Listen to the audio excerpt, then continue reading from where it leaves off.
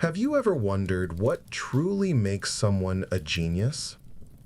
In our new video, we dive into the extraordinary world of Napoleon Bonaparte, a man who reshaped European history and forever secured his place in the study of military strategy. We'll explore his early years and how a young officer from a modest Corsican family managed to defeat the strongest armies of his time, showing not only courage and talent, but also an uncanny ability to anticipate his enemies' moves. You'll hear about his first victories, the famous artillery maneuver that brought him fame, and how his unconventional thinking and analytical mind allowed him to win where others failed. This isn't just a story of war. It's a story of strategy, determination, and a fresh approach to every challenge. Subscribe to our channel so you don't miss what's ahead. Even more fascinating stories of great commanders, brilliant minds, and the unexpected twists of history. Let's begin with a simple but crucial question. What exactly do we mean by genius when we talk about Napoleon, and how can it be measured without exaggeration? It's not just glowing adjectives in biographies and textbooks, but a combination of concrete skills and achievements, strategic intuition, the ability to build an effective military machine, a talent for reshaping state institutions, the art of legitimizing power, and, not least, the use of science and culture as tools of influence. Together, these traits gave him a unique profile, both a general and a statesman. The first dimension is military. Here, it's important to separate tactics from strategy, and both from operational art, the skill of not just winning isolated battles, but linking them into a chain of victories with a strategic effect. He grasped perfectly a simple, brutally effective principle.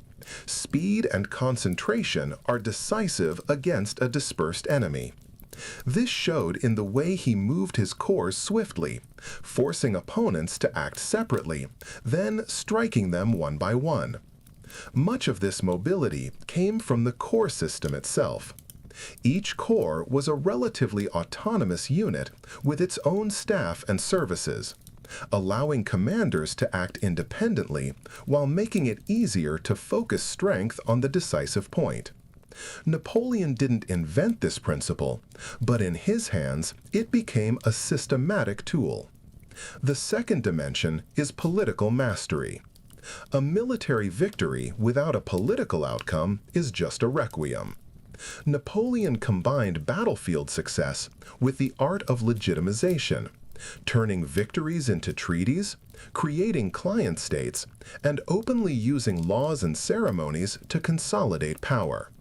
This wasn't just a knack for intrigue, but a deeper talent, the ability to translate military advantage into lasting state power through codified laws, administrative reforms, and control of public opinion. That's how great political entrepreneurs work. They take chaos and transform it into a predictable system. The third dimension is institutional reform. One of his most notable achievements was consolidating private law into a single, coherent framework, the Civil Code, which brought order to a patchwork of fragmented and often contradictory local customs and judicial precedents. That code was adopted and became the foundation of the legal system, not only in France, but in several other European countries where its ideas spread. This outcome shows an ability not just to invent tactics, but to design durable institutions. The fourth dimension is the economic and financial organization of the state. In the crisis of revolutionary France, it was vital to restore confidence in money and credit. Creating a central bank able to stabilize the financial system was not a political stunt, but a practical step towards securing the state's resilience. The Bank of France is credited with restoring circulation and strengthening trust, which directly affected the ability to finance armies and reforms. This is no longer theater on the battlefield. This is the economic infrastructure without which a war machine cannot hold together for long. The fifth dimension is culture and science as instruments of influence. The Egyptian expedition is a strange, almost twofold project. Simultaneously a strategic military campaign and a massive scientific propaganda mission. The French army brought along scholars, gathered collections, published bulletins, and presented European audiences with the image of an enlightened empire. Interesting fact, during that campaign, the Rosetta Stone was discovered, a find that later became the key to deciphering ancient Egyptian hieroglyphs. But it's important to assess not only strengths but limits. A strength is the ability to concentrate resources and make bold decisions. A potential weakness is the tendency to overestimate one's influence and to overextend fronts. In such a system, a leader's talent is tightly bound to systemic resilience. When logistics and finances can support the ambitions, success is possible. When lines of communication lengthen and supplies fail, the whole structure starts to come apart. Therefore, any assessment of Napoleon's genius must include the measure of alignment between ambitions and resources. To move from abstraction to a practical working method of analysis, I propose 5 criteria we will use going forward, eschewing grand conclusions and favoring evidence-based comparison. Military innovation. How different were his methods from predecessors, and were they sustainable? Reproducible by other armies. Scale and durability of institutions. Did the reform outlive his personal rule and become part of broader European legal or administrative culture? Combination of military and political results. Did victories translate into stable political achievements? Organizational implementation. Could military and state structures actually deliver the plan? Logistics, finance, bureaucracy. Cultural propaganda strategy. Did he use science, art, and the press as extensions of policy? And what was the effect? Each of these criteria is not an abstract claim, but they require checking sources, documents, economic indicators, and contemporary testimony. We will be rigorous, provide concrete examples, analyze how a given method worked on the battlefield, in ministers' offices, or in people's minds, and where it failed. That will let us separate the spark from the tinsel, recognize original solutions without turning them into a cult of personality, and point out mistakes without diminishing his achievements. In this first part, we've laid out the scale of evaluation and a few guiding examples. In the next section, we'll take each criterion in turn and break it down into real cases and documents, where it shone brightly, where it only partially worked, and where it failed altogether. The continuation will follow the same pattern, sticking closely to facts, with the dispassionate tone of analysis and without flattering rhetoric. Once we start applying these criteria to Napoleon's legacy, it becomes clear that we're not dealing with miracles, but with a rational system of action. The first criterion is military innovation. His core system was a brilliant organizational solution, allowing the army to be massed into a powerful fist or dispersed for supply and maneuver. A corps could march on its own, but in the decisive moment it could join with others, and that often determined the outcome of a campaign. This approach essentially became the foundation of modern operational thinking, and was adopted in European armies for decades after his fall. Here we see that innovation was not a lucky flash of inspiration, but a carefully designed reform that took root and became the new standard. The second criterion is the durability of institutions. The civil code, enacted under his rule, outlived its creator and remained at the core of France's legal order. Moreover, its provisions spread across much of Europe, continuing to function even after the emperor was overthrown. The code became, in effect, an exportable product, a tool of influence both domestically and abroad. It is a rare example of political will being cemented into the text of law and turning into a lasting instrument for governing society. The third criterion is the fusion of military and political results. A striking case here is the Italian campaign of the late 1790s. The young general not only defeated Austrian forces in a string of victories, but also converted those wins into diplomatic capital. The peace treaty that followed confirmed his military success and elevated his political standing in Paris. In this way, battlefield triumphs became career advancement and legitimacy. Victory, for Napoleon, was never an end in itself. It was a means. The fourth criterion is organizational implementation. Even the most brilliant ideas collapse without structures capable of carrying them out. In this area, Napoleon proved himself a systematic administrator. He established a hierarchy of prefects reporting directly to the center, strengthening the vertical of power.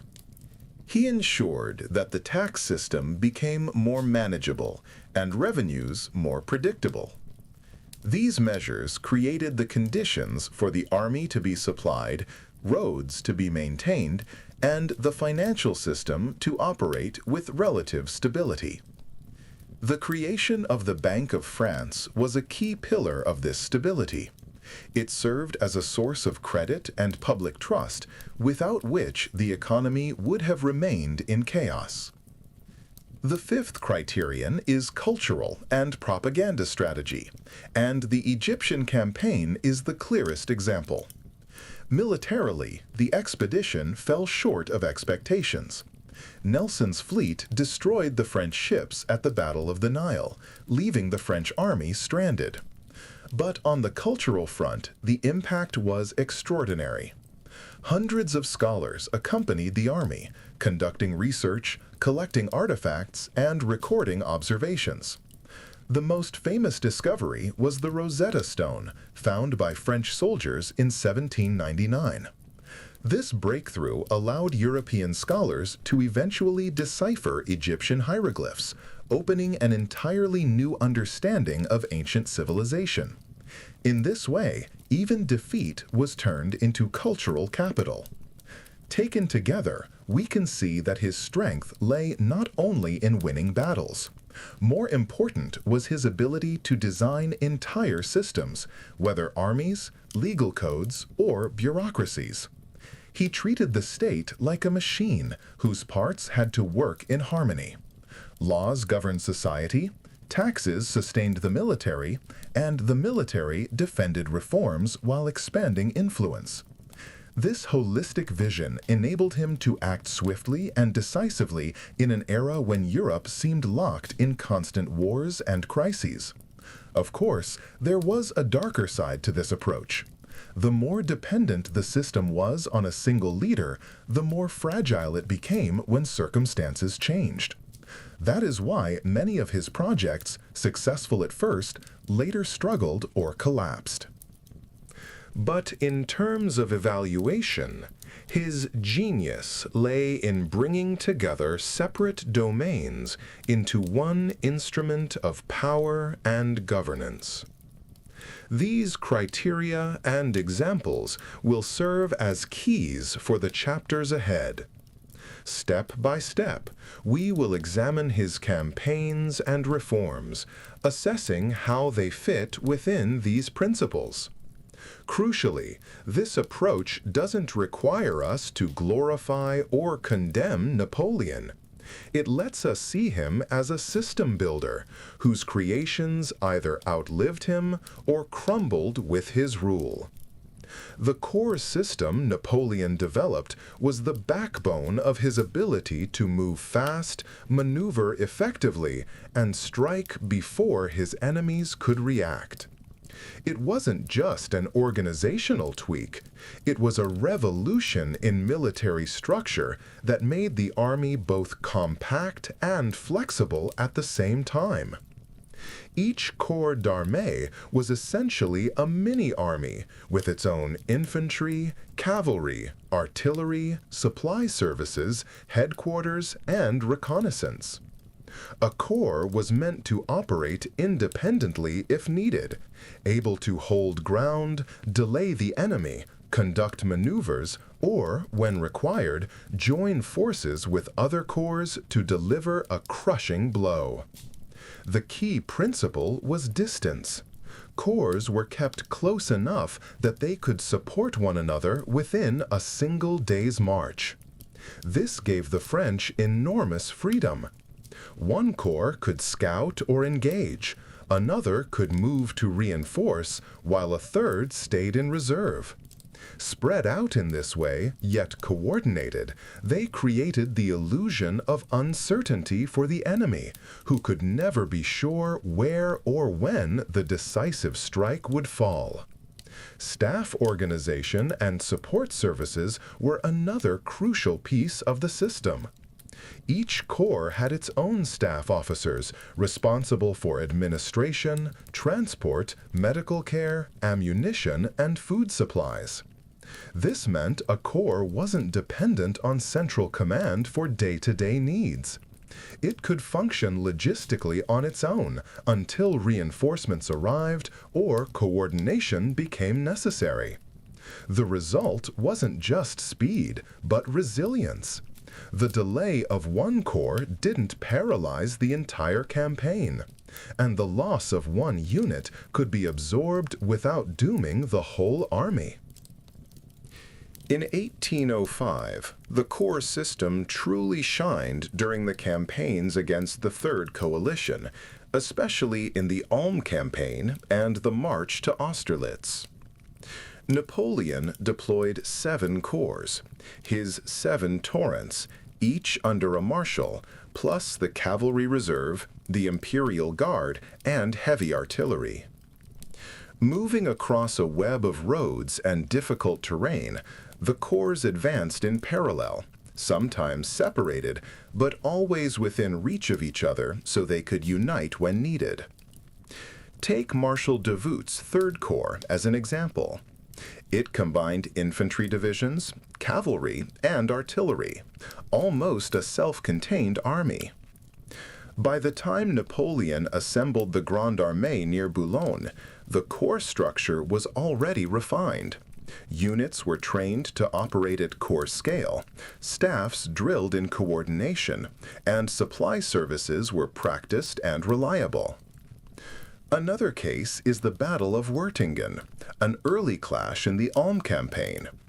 Here, Murat's cavalry reserve, technically a separate structure, but functioning in the logic of the corps system, exploited its mobility for pursuit, reconnaissance, and cutting off isolated Austrian detachments. The Ulm maneuver itself was an even greater demonstration. Napoleon's corps fanned out across the Danube and surrounding rivers, cutting off General Mack's Austrian army.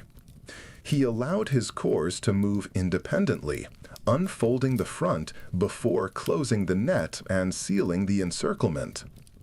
A striking fact, the march from the Rhine to the Danube, around 210,000 men, 7 corps, crossing major natural obstacles, was accomplished in a remarkably short span of time, showcasing the logistical efficiency and flexibility of the corps system. Still, the system had its flaws. Corps autonomy demanded highly capable commanders and precise staff work. Without this, mistakes could occur or corps could stretch too far and become exposed. The farther a corps operated from central control, the harder it became to sustain supplies, intelligence, and communications. Bad weather, mountains, or winter conditions amplified these vulnerabilities. Yet in 1805, during the campaigns in Germany and Austria, the corps system displayed its best form. The campaign of 1805 offers a rare window into how the corps system turned theory into practice. On the march to Austerlitz, each corps seemed to act like an organ in a living body, keeping the army's breath and pulse in rhythm. Napoleon took risks, letting his corps stretch across hundreds of kilometers, but he maintained control through strict staff discipline and precise timing of the marches. One of the most striking examples was the march of Davout's corps on the eve of Austerlitz. Stationed far to the south, Davout had to cover more than 110 kilometers to join the main army. The achievement is hard to overstate. His infantry marched that distance in just 48 hours, arriving still combat-ready and, at the critical moment, held the right flank against superior Allied numbers. It was a vivid demonstration of how corps-level autonomy and high organization enabled feats impossible for the rigid armies of the 18th century. Another key episode was the coordination of corps during the Ulm operation. Rather than trying to smash Mack's Austrian army head-on, Napoleon unfurled a fan of corps that swept around and closed the ring. The Austrians found themselves trapped without anything resembling a classic pitched battle. Over 30,000 surrendered almost without a fight. This wasn't just a victory, it was a model of a new kind of strategy. Not to crush the enemy in one climactic clash, but to destroy his entire army through maneuver. The very concept of the corps combined strategic flexibility with political calculation.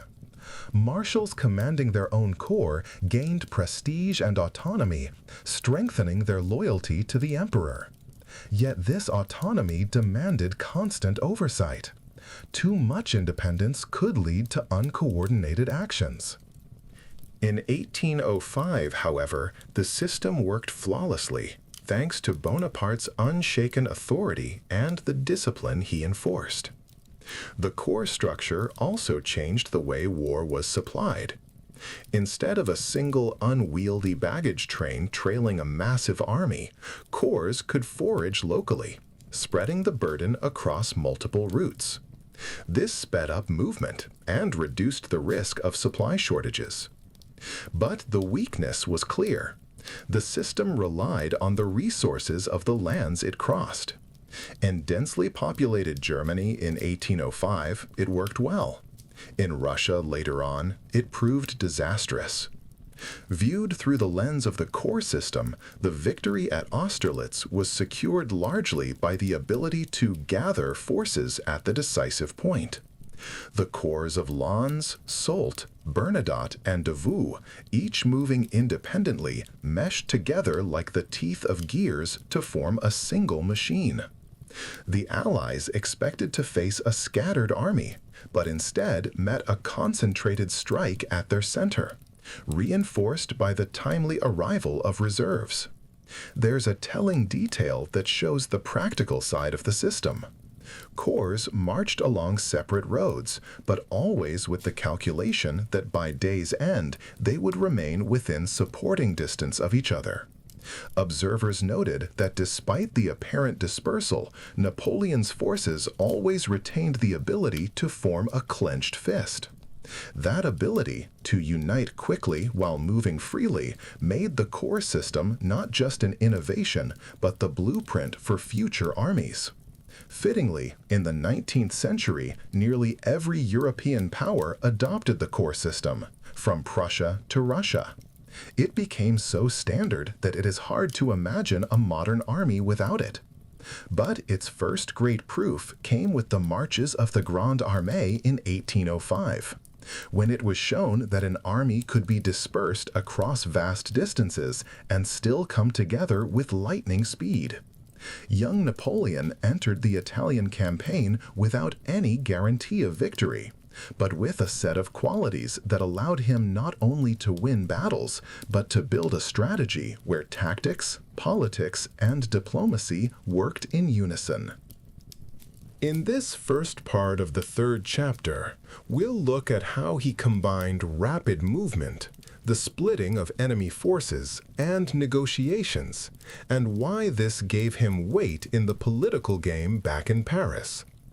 When Napoleon took command of the Army of Italy, he immediately recognized that his opponents were not a single monolith, but a coalition with clashing interests: Austria, Piedmont, the Papal States, Venice, and others. Planning a war meant spotting the weaknesses not just in numbers, but in the very structure of the coalition, in its geography and logistics. He took advantage of the fact that his enemies were divided both by territory and by goals. He began with a series of lightning marches and strikes against the weakest links, Piedmont being one of them. Thanks to the speed of his army and clever flanking maneuvers, Napoleon managed to cut Piedmontese troops off from Austrian support, forcing them to fight alone before Vienna could intervene. This let him dictate the terms of battle on ground of his choosing. The siege of Mantua was the centerpiece of the campaign. The fortress controlled northern Italy, and the Austrians tried repeatedly to break the siege by sending reinforcements. But Napoleon had mastered the art of manipulating time and space so that the enemy could never properly coordinate. When one Austrian force advanced from one direction, he used his corps to cut their lines of communication or disrupt their supply chains. At Arcole, where two Austrian columns attempted to relieve the fortress, Napoleon personally led maneuvers across swampy ground and narrow bridges, taking enormous risks, but winning psychologically. The soldiers saw that their commander was not hiding behind lines, but charging forward with them. His mobility wasn't just about speed across open fields, but about exploiting diagonals, rivers, valleys, and passes that usually slow large armies. Napoleon chose routes where the enemy either didn't expect an attack or couldn't shift troops quickly. This let him suddenly appear in the Austrian rear, forcing them to split their lines, abandon plans, and lose the initiative. Politics advanced side by side with war.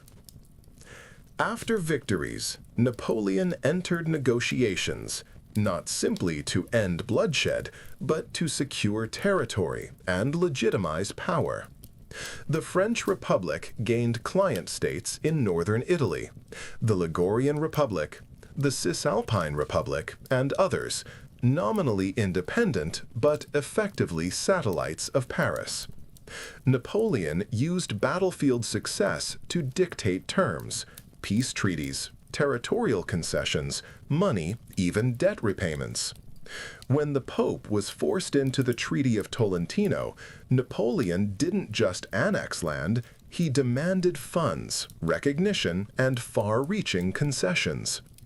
One fascinating detail: the siege of Mantua dragged on for nearly a year, with the Austrians making several attempts to break it. At times, the garrison inside outnumbered the French besieging forces. Yet Napoleon maintained pressure, combining the blockade with active maneuvers against Austrian relief armies, all while keeping his own soldiers motivated despite disease, supply shortages, and difficult terrain.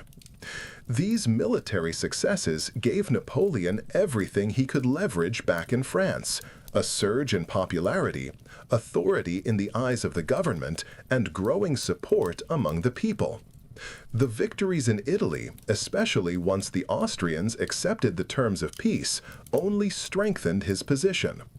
Paris watched in awe as a young commander with a barely seasoned army reshaped borders, secured conquests, and achieved diplomatic breakthroughs. The Treaty of Campo Formio, which ended the war with Austria, was more than just a formal recognition of victory. It was proof that Italy had become the stage where Napoleon could dictate the terms of peace. Italy also revealed a trait that would become a recurring theme. He often operated with limited resources, plagued by disease, food shortages, and weak logistics. But he knew how to turn initiative, morale, speed, and surprise into weapons that compensated for material shortcomings. That set him apart from many generals of his era who leaned heavily on massive artillery or sheer numbers, forgetting that war was not just men and cannons, but also spirit, calculation, timing, and space. The battles of Fombio, Borghetto, Arcole, and the siege of Mantua show how he combined tactical agility, strategic division of enemy forces, and diplomatic foresight. These weren't just military triumphs, but acts of construction, victories that yielded political power, legitimacy, and with it, stability. The Peace of Campo Formio marked the close of the Italian campaign, but the treaty itself mattered less than the way Napoleon transformed battlefield victories into political capital. Austria, exhausted by defeat and bled dry, was forced to accept terms that had seemed unthinkable only months earlier. France gained Belgium, recognition of new sister republics in Italy, and vast strategic advantages. It was the first time a general, rather than the Directory's diplomats, personally led peace negotiations and dictated their outcome. This authority was not granted to Napoleon, he seized it. Paris bristled at the sight of a young general directing foreign policy, but the facts were undeniable. His successes made him irreplaceable. That gave Bonaparte not just popularity, but the freedom to imagine greater ambitions. Riding the wave of glory, he returned from Italy not as a mere officer, but as a figure of national stature. The treaty was also a compromise. Austria received Venetian lands in compensation. Here, Napoleon's cold pragmatism showed itself. The Venetian Republic, which had existed for more than 1,000 years, vanished from the map of Europe. Its territories became bargaining chips. Bonaparte, without hesitation, traded away the history and traditions of one of the continent's oldest states for the strategic balance he and France required. It revealed a man guided not by sentiment, but by utility. Equally striking was his use of propaganda. The Italian campaign was accompanied by letters, orders, and proclamations aimed at soldiers, locals, and even enemies. He spoke to his army in simple, direct language, promising glory and spoils, shoring up morale when supplies faltered. At the same time, he sent glowing reports to Paris, making the victories shine even brighter on paper. In doing so, he crafted the image of an undefeated army, and of himself as its destined leader. What stands out in Italy is how Napoleon began laying the foundations of a new European map. By creating the Cisalpine Republic and other dependent states, he wasn't just extending French influence, he was showcasing a model for exporting revolutionary ideas.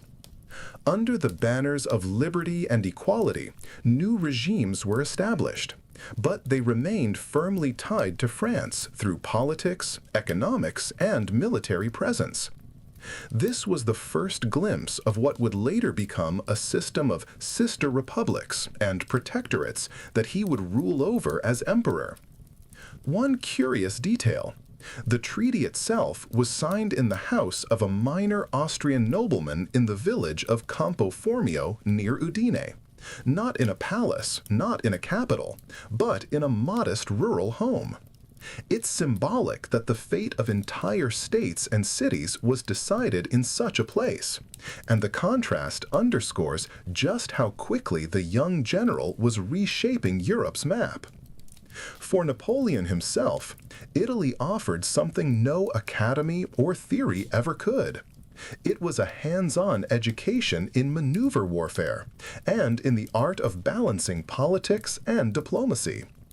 He learned that a battlefield victory mattered only if it was followed by a political act. And conversely, no diplomatic agreement carried weight unless backed by force. After Campo Formio, France seemed like the victor, but in truth there was only one real winner, Napoleon. His name now carried more weight than those of the directors who officially governed the country. His popularity soared to such an extent that newspapers and pamphlets began building a personality cult around him. It was in Italy that the aura of the man of destiny was born, an image that would follow him throughout his life. The army felt it too.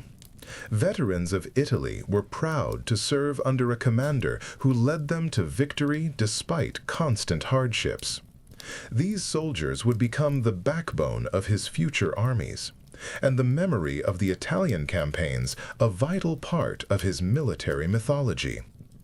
The campaign revealed 3 levels of his mastery: the ability to maneuver swiftly and decisively, the knack for turning victories into political capital, and the use of propaganda as a weapon. That combination made him more than a lucky general. It marked him as someone beginning to claim the role of a national leader. Yet this success was also a test. The higher he rose, the more uneasy Paris grew. The Directory saw him as a threat, but couldn't dispense with the glory he brought. The contrast between military triumphs and the government's political weakness became impossible to ignore. Out of this tension would come new projects, far greater in scale than the Italian War. This chapter of his first major victories closed at Campo Formio. But ahead lay a new stage where politics, science, and military ambition would intertwine even more closely. The Egyptian expedition, full of paradoxes and contradictions. Napoleon's Egyptian campaign blended bold ambition, scientific curiosity, and costly missteps. A mix that makes it especially instructive when viewed not just as a story of victories, but as an exploration of the fine line between the possible and the impossible. Here is how it unfolded, and why it can hardly be called an unqualified success. The expedition had many layers of purpose. On one hand, there were military goals. Napoleon aimed to undermine British influence in the Mediterranean and, if possible, threaten the routes to India, the key to the riches of the East. At the time, France was searching for strategies to challenge Britain's naval supremacy and weaken it economically, and Egypt seemed like the perfect foothold. On the other hand, there were scientific and cultural ambitions. Napoleon brought with him a group of scholars, engineers, and artists, the savants, whose mission was to study Egypt's nature and history, to map its terrain, document its monuments, explore archaeology, botany, zoology, agriculture, and hydraulic systems. There was also a strong propaganda motive, to show France and Europe that the revolutionary republic was capable not only of conquest, but of spreading knowledge, of embodying enlightenment, a force of civilization, not barbarism. At first, things went well. The French captured Alexandria, pushed inland, crushed the Mamluks at the Battle of the Pyramids, and established control over Cairo. They set up administrative structures, launched infrastructure projects such as restoring irrigation canals, and began surveying the country's resources. The Institut d'Egypte was founded, a scientific center where scholars recorded observations, drew maps, and gathered collections. It was a vivid demonstration of Napoleon's ability to pair military advance with state building and intellectual endeavor. But limits, miscalculations, and outright disasters soon revealed that ideals could not be fully realized, especially on foreign soil with weak naval protection and a harsh climate. The decisive blow came when the French fleet was destroyed by Admiral Nelson at the Battle of the Nile. That defeat effectively cut Napoleon's army off from France, leaving it stranded, vulnerable, and unable to receive reinforcements or maintain secure sea routes. Without control of the sea, even the greatest successes on land lost their foundation. Another serious setback was the failed siege of Acre, where the French could not take the fortified city despite their efforts. This campaign in Palestine and Syria showed the limits of Napoleon's offensive momentum once logistics, reinforcements, local support, and the climate turned against him. Cairo also erupted in rebellion. The French struggled to find the balance between occupation and pacification. Local resistance, cultural and religious divides, and deep mistrust made governance difficult and sometimes led to harsh or reckless measures. Yet the failures did not erase the achievements, especially in science. One of the most significant discoveries was the Rosetta Stone, found by French soldiers under Lieutenant Pierre-François Bouchard at Fort Julien near Rashid, Rosetta. The stone bore the same inscription in 3 scripts: ancient Egyptian hieroglyphs, Demotic, and ancient Greek. It became the key to deciphering hieroglyphs. Equally important was the monumental work Description de l'Égypte, a vast collection of volumes filled with descriptions, maps, illustrations, and scientific reports on geology, botany, zoology, and ancient monuments. Its impact on European science and the perception of the Orient was immense. The scholars charted landscapes, compiled atlases, cataloged plants and animals, and documented the remnants of ancient civilization, broadening Europe's understanding of both nature and history. An interesting detail: Napoleon understood that respect for local religions and customs could serve as an ideological weapon. He didn't just suppress resistance with force. He also tried to integrate Muslim elites institutionally, show respect for Islam, issue proclamations, and appeal to religious authorities. This was part of a strategy to legitimize power in a foreign land and to prevent uprisings from escalating.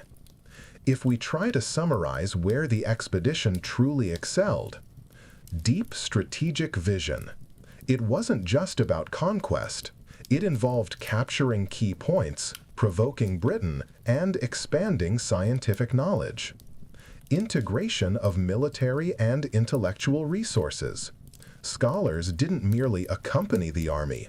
They became an integral part of its mission. Practical administrative solutions under occupation. Organization, communication channels, infrastructure, and attempts at reform. Use of symbolism and propaganda.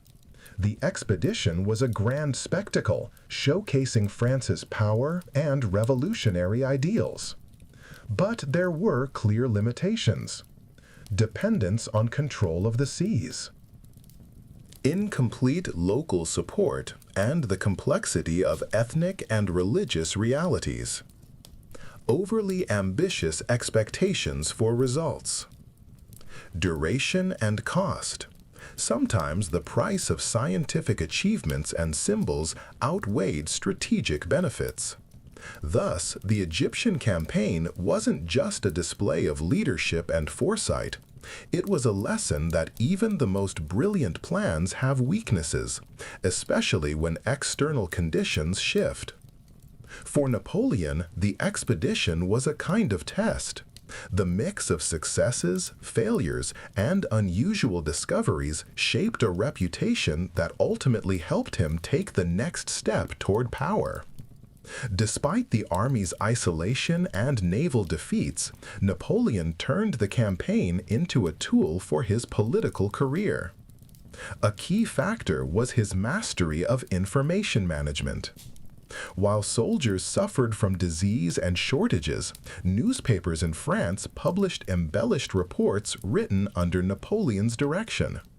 Even the defeat at the Nile was framed not as a catastrophe, but as a temporary setback, while the victories at the pyramids and the administrative reforms were presented as proof of a civilizing mission. This shows that Napoleon was not only a military commander, but also a master of crafting political myth, a skill that would serve him repeatedly in the future. Interestingly, among the scholars who accompanied the expedition were mathematicians, botanists, and engineers. They collected an enormous amount of data, ranging from descriptions of Egyptian wildlife and agricultural systems to climate observations. Much of this became the basis for the Description de l'Égypte, published after the army returned. These volumes influenced European science as profoundly as the discovery of the Rosetta Stone. In Europe, they became a symbol that even a military expedition could produce a lasting scientific legacy. But while on paper the expedition looked like a triumph, in reality the soldiers faced brutal conditions. Disease, especially the plague, claimed hundreds of lives. Logistics were nearly impossible. Supplies had to be organized locally, and the harsh climate and crop failures only added to the strain. During the Syrian campaign, the situation reached a breaking point. The siege of Acre dragged on, the British aided the defenders, and French artillery proved insufficient. Napoleon was forced to retreat, dealing a serious blow to his prestige. A curious detail. During the retreat from Syria, when part of the army was struck by plague, Napoleon visited a hospital in Jaffa. There's a famous painting by Antoine-Jean Gros showing him touching the sick, a gesture meant to convey the courage and compassion of the commander. Historians debate how much of this was genuine care and how much a carefully staged scene to enhance his image. Regardless, to contemporaries, the image worked. It elevated Napoleon to an almost messianic figure. By the end of the expedition, it was clear that France could not hold Egypt under British naval dominance and constant pressure from the Ottomans. Leaving command to General Kléber, Napoleon secretly returned to France in 1799. His departure can be interpreted in different ways: as foresight, allowing him to capitalize on his popularity to rise to power, or as shirking responsibility, since the army continued to suffer without him. But the fact remains, it was after Egypt that he became a national figure, a man whose fame eclipsed all other generals of the Republic. The expedition's results were contradictory. Militarily and strategically, it was a failure. Britain maintained control of the seas, and France could not establish a foothold in the region. But in terms of image and science, it was a huge step forward. The Egyptian campaign sparked the cultural phenomenon Europe would call Egyptomania. Architecture, fashion, and art were infused with motifs of the Nile, pyramids, and sphinxes. Even defeat became a symbol from which Napoleon extracted political advantage. This duality is key to understanding his leadership style. He knew how to maximize any situation, turning losses into legend, local victories into the foundation of a new myth. In Egypt, his talent as a political actor first emerged, someone capable of managing perceptions as skillfully as he maneuvered armies on the battlefield. Thus, the Egyptian expedition is not just a story of war and science, but of the birth of a new political era. From the sands near the pyramids, Napoleon took not territory or lasting power, but something far more valuable, an image that would carry him to the heights of authority in France. The Battle of Austerlitz, fought on December 2, 1805, went down in history as one of the greatest battles, where Napoleon showcased his mastery of strategic deception and operational maneuver.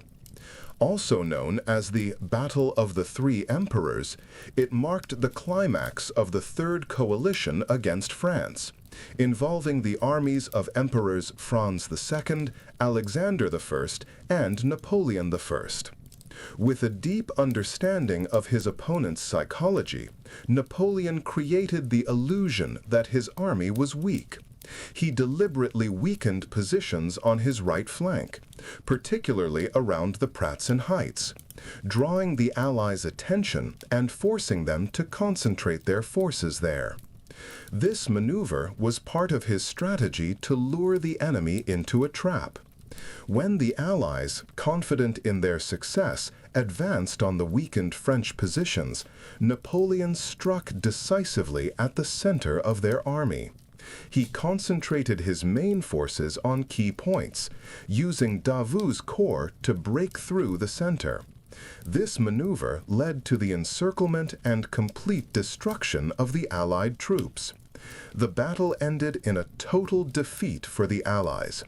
French losses were around 8,000, while the Allies suffered about 27,000 casualties, including the dead, wounded, and captured. This defeat forced Austria out of the war and effectively dismantled the Third Coalition. Yet, despite the victory, Napoleon exercised caution in his subsequent actions. He understood that the war was far from over and continued to consolidate his positions. The battle became a striking example of his ability to manipulate circumstances and employ psychological tactics to achieve military objectives. The Battle of Austerlitz not only strengthened Napoleon's standing in Europe, but also showcased his profound grasp of military strategy and tactics. His skill in anticipating enemy moves and exploiting their weaknesses was a key factor in his battlefield successes. The battle also had a lasting impact on the development of military science. Many modern military theories and strategies are built on principles demonstrated by Napoleon at Austerlitz.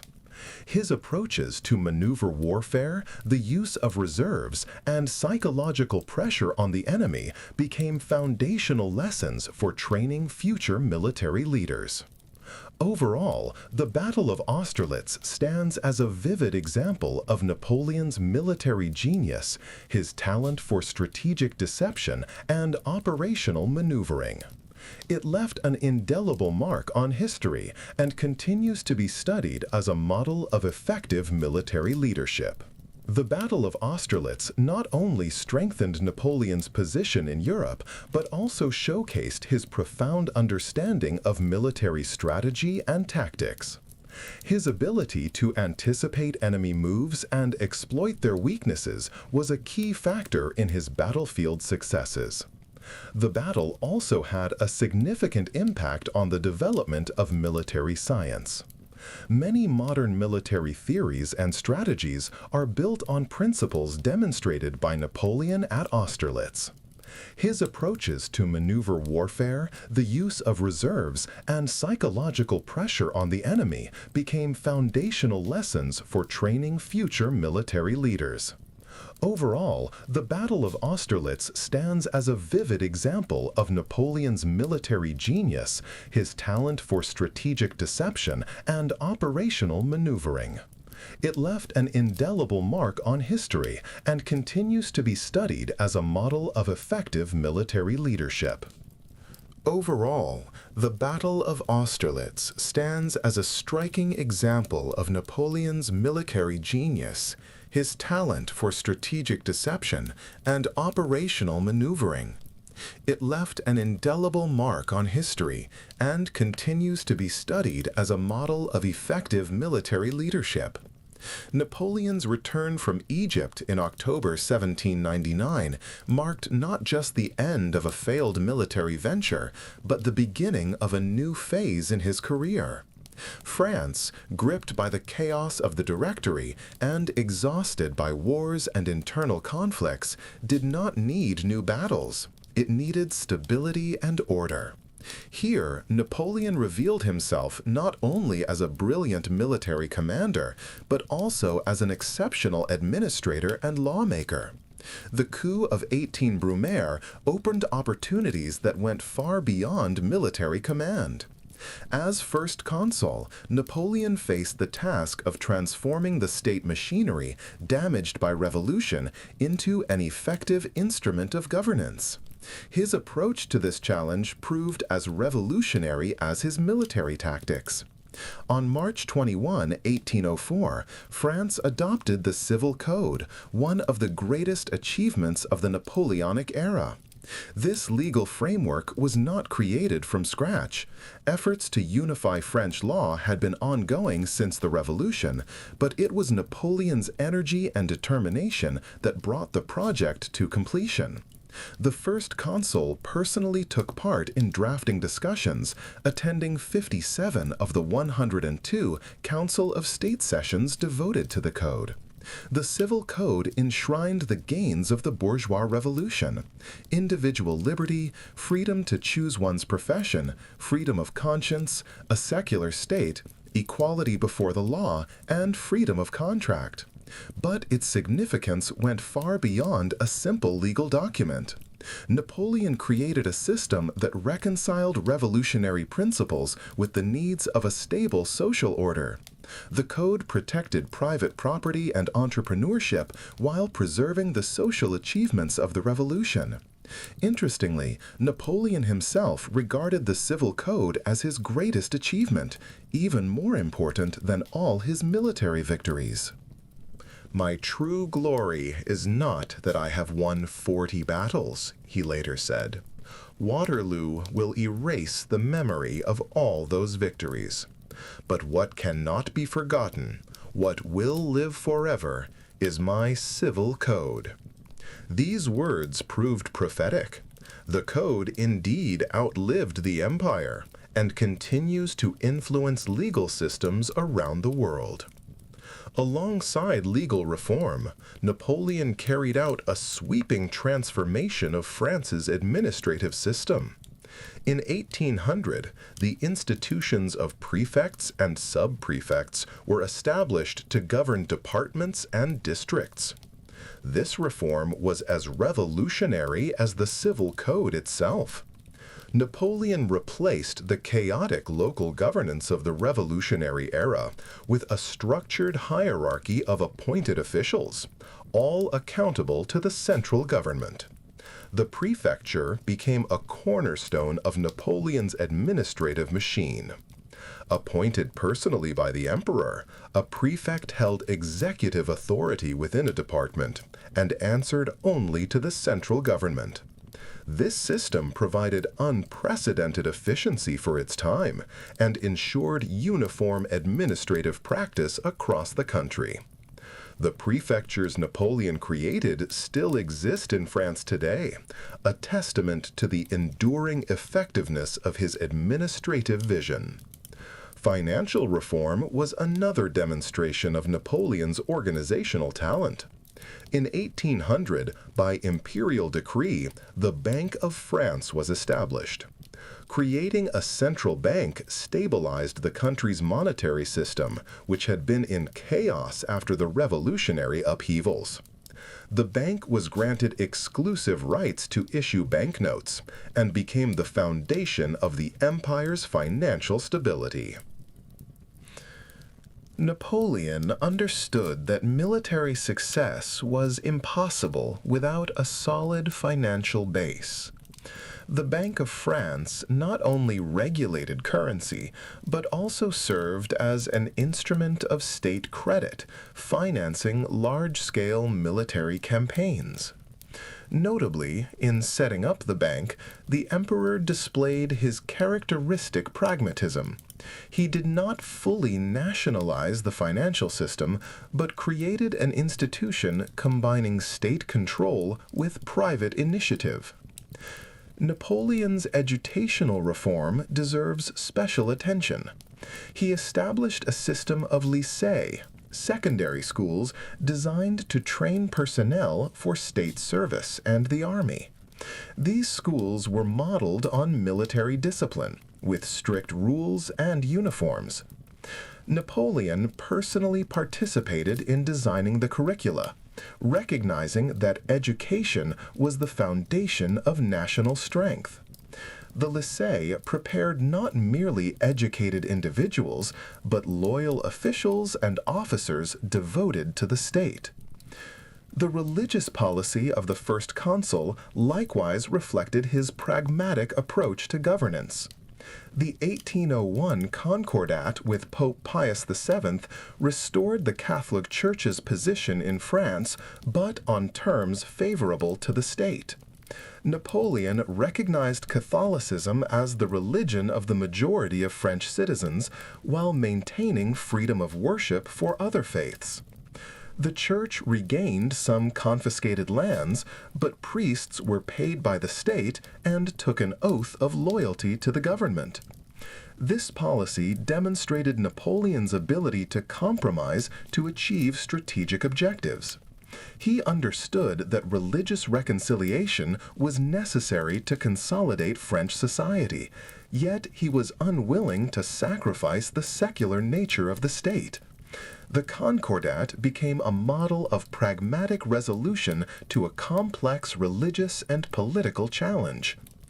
But the true scope of Napoleon's administrative genius became evident in his approach to higher education.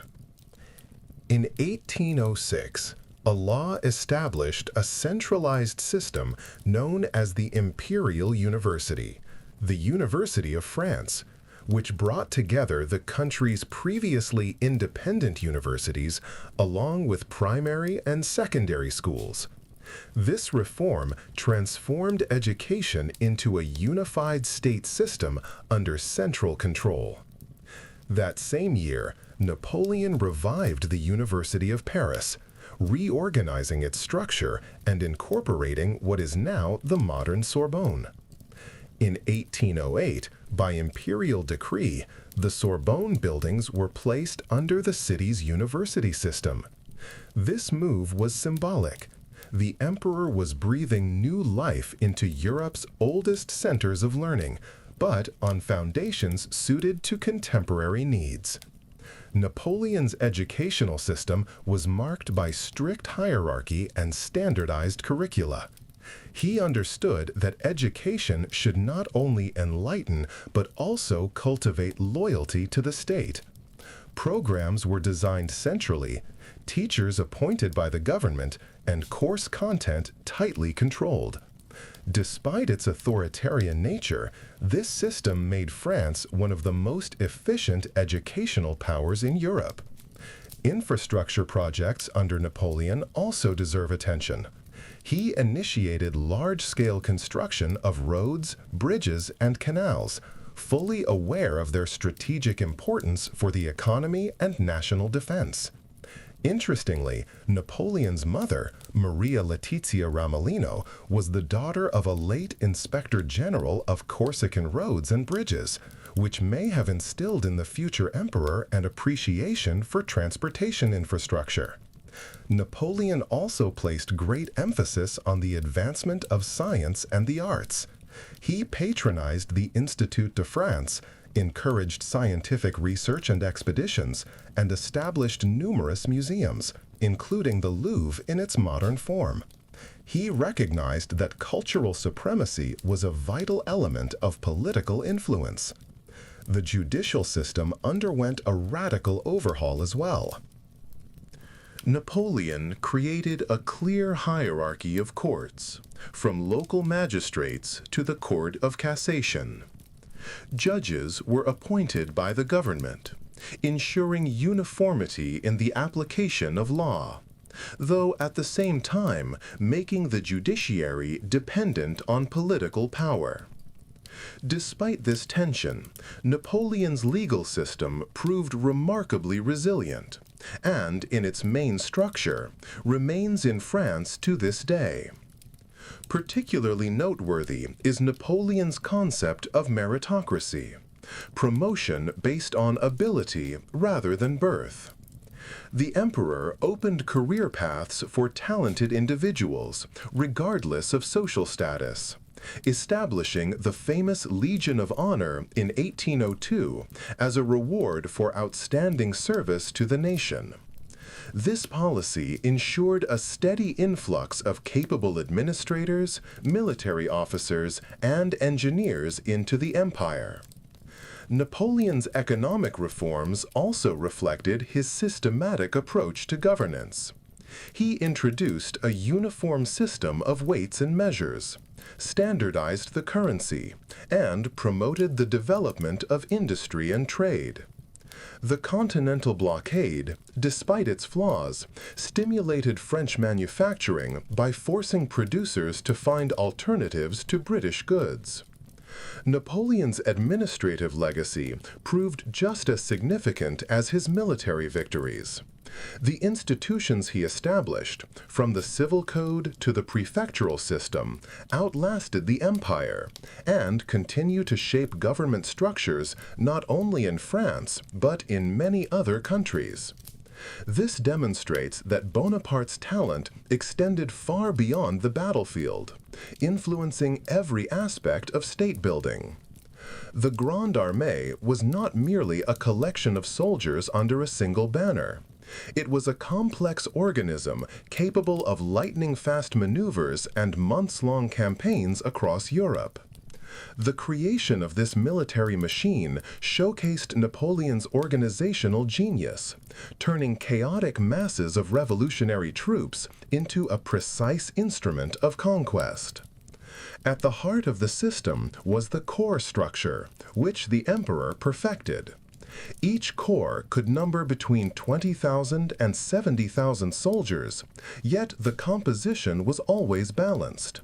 Infantry, cavalry, artillery, and engineering units functioned as a unified body.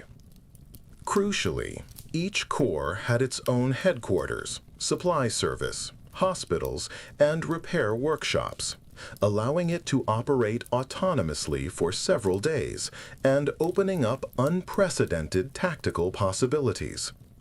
Imagine a chessboard where each piece moves independently, yet all follow the Grand Master's plan.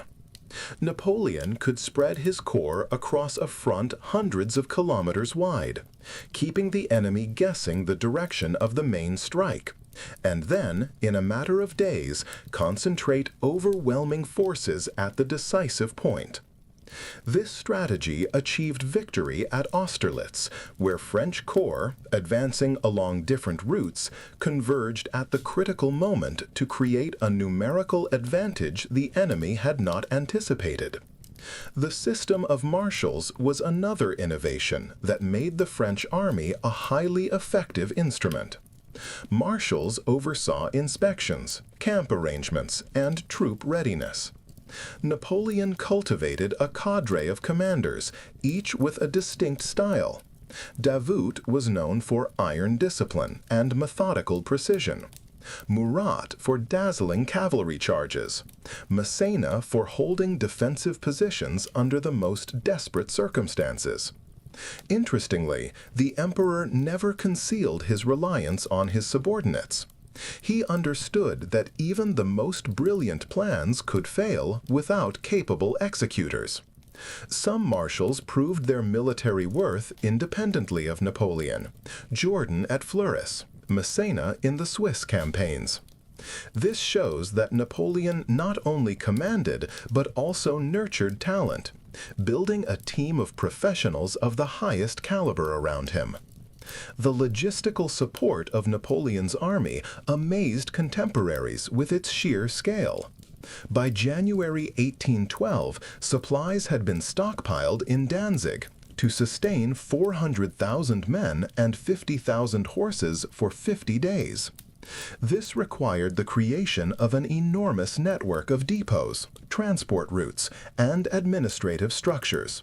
For the Russian campaign alone, 6,000 wagons were prepared, organized into 17 battalions, capable of delivering enough flour to feed the army for 2 months.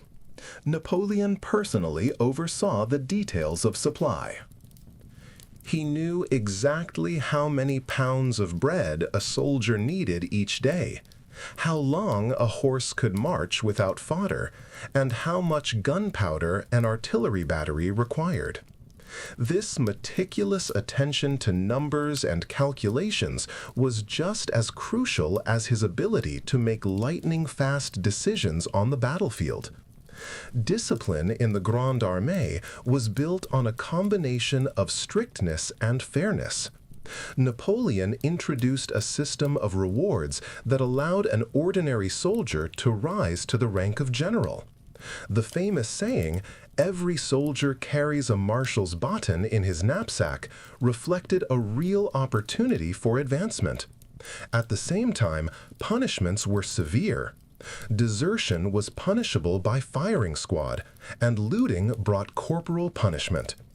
Mobility was another priority. French soldiers traveled light, carrying only the essentials, while heavy equipment and supplies moved in separate convoys. This allowed them to march up to 30 kilometers a day, a phenomenal speed for the time. Opponents were often caught off guard. French troops could be 100 kilometers away one day and attacking positions the next. Engineering units received unprecedented attention under Napoleon.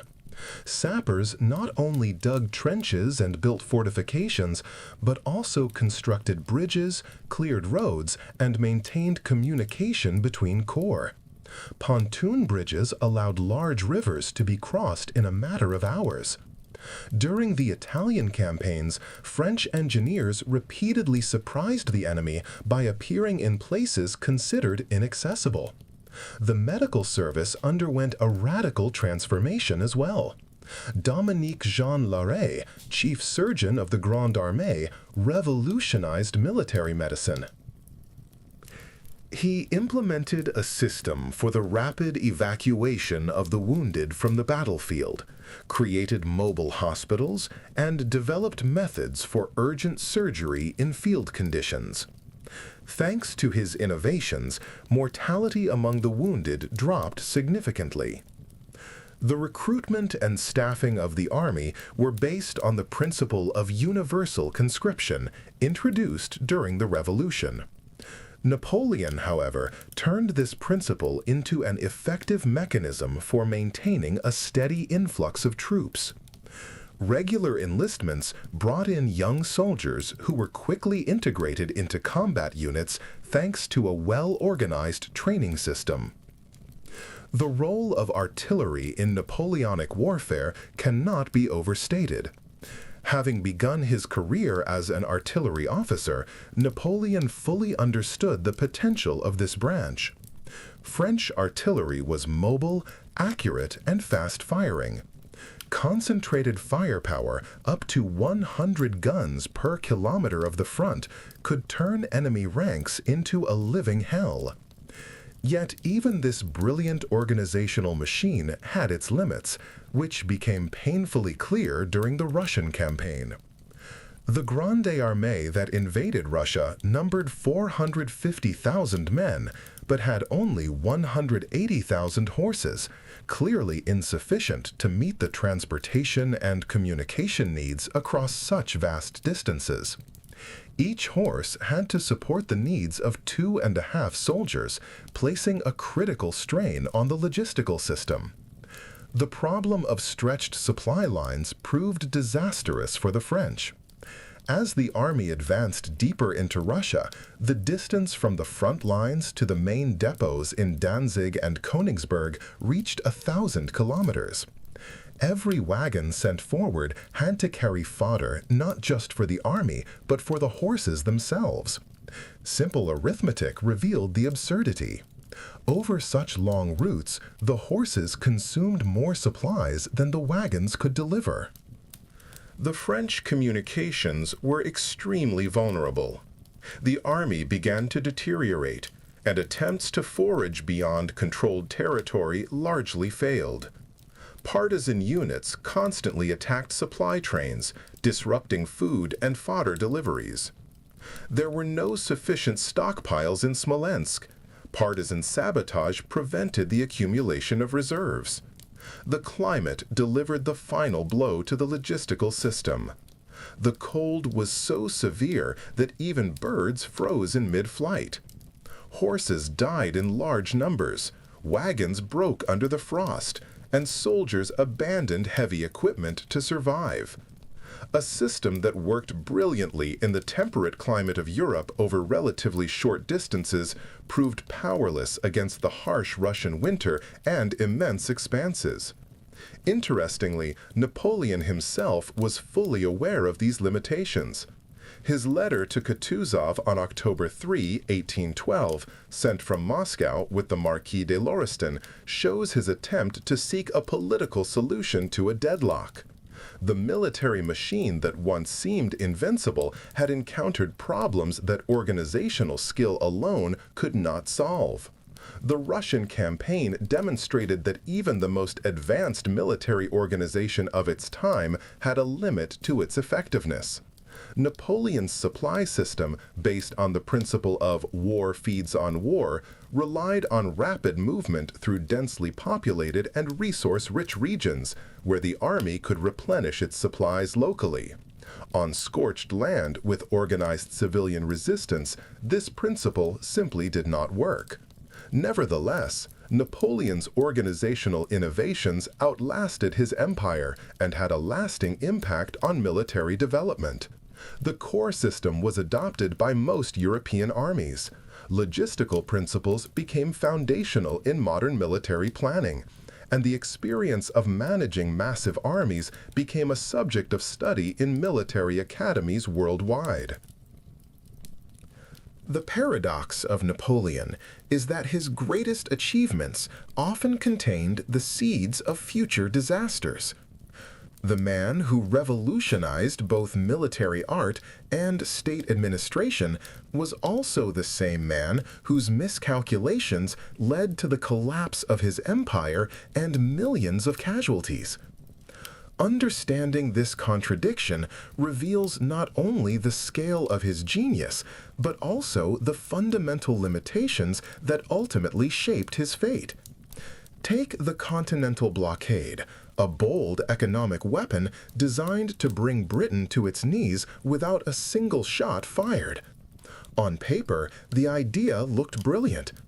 Isolate British trade from the entire continent of Europe, forcing the island nation to capitulate under economic pressure.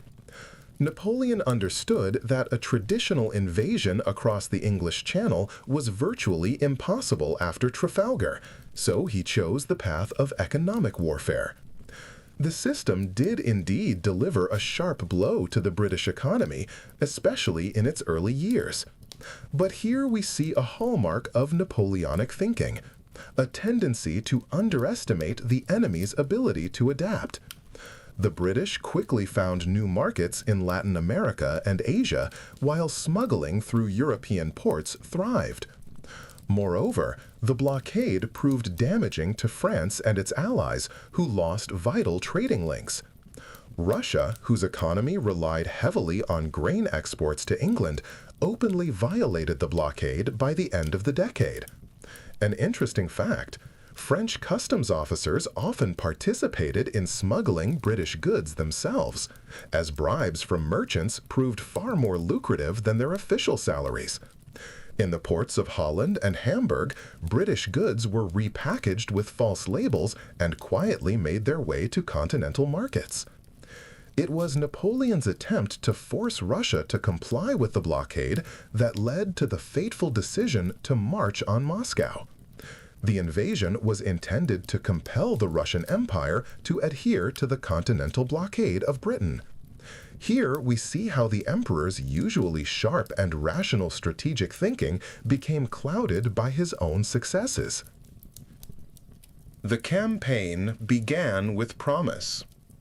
Contrary to popular belief, Napoleon's Russian campaign was carefully planned and provisioned. Preparations began in January 1811. The Grande Armée numbered over 400,000 men, an unprecedented force at the time. Logistical preparations were staggering. Massive supply depots were established, supply lines organized, and new roads constructed. Yet Napoleon made several critical miscalculations. First, he overestimated the Russians' willingness to give battle near the border.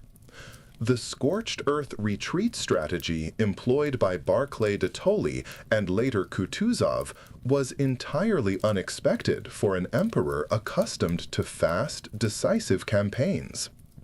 Second, he underestimated the logistical challenges of warfare in Russia. The vast distances proved deadly even for his finely tuned military machine. The Battle of Borodino became the symbol of these miscalculations. Napoleon won a tactical victory, but gained nothing strategically. The Russian army retreated in good order, preserving its combat capability, while the French lost around 30,000 men, losses impossible to replenish so far from home. The Russian army suffered severe casualties at Smolensk and Borodino, yet this did not lead to the political outcome Napoleon sought, the overthrow of the Tsar. The capture of Moscow, meant to be a triumph, turned into a trap. The city was empty and burning, offering neither supplies nor political leverage. Alexander refused to negotiate, and the advancing winter turned every day of delay into disaster. The retreat from Moscow became one of the greatest military catastrophes in history. Of the 600,000 men who entered Russia, fewer than 30,000 combat-ready soldiers crossed the border alive. This defeat exposed a fundamental weakness in Napoleon's system: its dependence on the emperor's personal leadership and the momentum of rapid, victorious campaigns. A multinational empire built on military success could not survive a major setback. Allies who had long feared French power sensed weakness and began shifting sides. Yet, even in defeat, Napoleon demonstrated remnants of his military genius. The campaign in France in early 1814 showcased his tactical brilliance at its peak.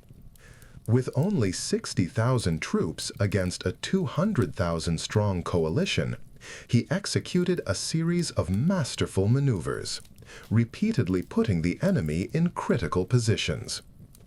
The battles of Champerneuve, Montmirail, and Montreuil reminded everyone that even a weakened Napoleon remained a formidable opponent. Time, however, worked against him. France's economic resources were drained after 20 years of war. Conscription had exhausted the pool of eligible men, and political elites had grown weary of endless conflict. Notably, many marshals, including Murat and Bernadotte, were already secretly negotiating with the Allies, anticipating the inevitable collapse of the empire. Napoleon's political missteps proved as damaging as his military ones. His failure to establish a stable succession, ongoing conflicts with the Catholic Church, and disregard for the national aspirations of conquered peoples all undermined the empire from within. The Spanish War, which the emperor himself called an ulcer, drained French resources for years, and created a model of guerrilla warfare later emulated across Europe. Yet criticism of his errors should not overshadow the scale of his achievements and their lasting influence. His legacy in military art, state administration, and law continued to shape the world long after Waterloo. Even today, 2 centuries later, the structure of a modern military headquarters would be recognizable to Napoleon. The emperor's military innovations became the foundation of modern warfare. The corps system he perfected became the standard for organizing large armies. Corps replaced divisions as the largest operational units. Mobile artillery was integrated into reserve batteries, and headquarters systems became more flexible.